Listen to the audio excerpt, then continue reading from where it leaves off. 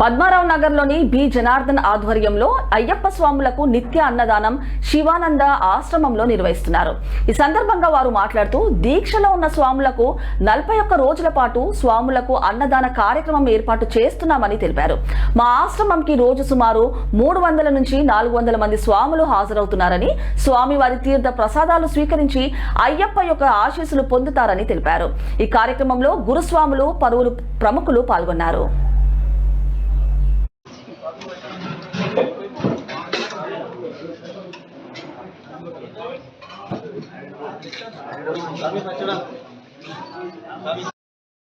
శివానందాశ్రమం పద్మారావు నగర్ సికింద్రాబాద్ 2010 నుంచి శివానందాశ్రమంలో అన్నదానం అయ్యప్ప స్వాములకు మరియు పూర్ ఫీడింగ్ డైలీ ఈ శివానందాశ్రమంలో అయ్యప్ప స్వాములకు అప్ టు 31 17 నుంచి స్టార్ట్ అయింది. 17, 11, 25 నుంచి 31 డిసెంబర్ వరకు 45 రోజులు నిత్య అయ్యప్ప స్వాములకు అన్నదానం జరుగుతుంది.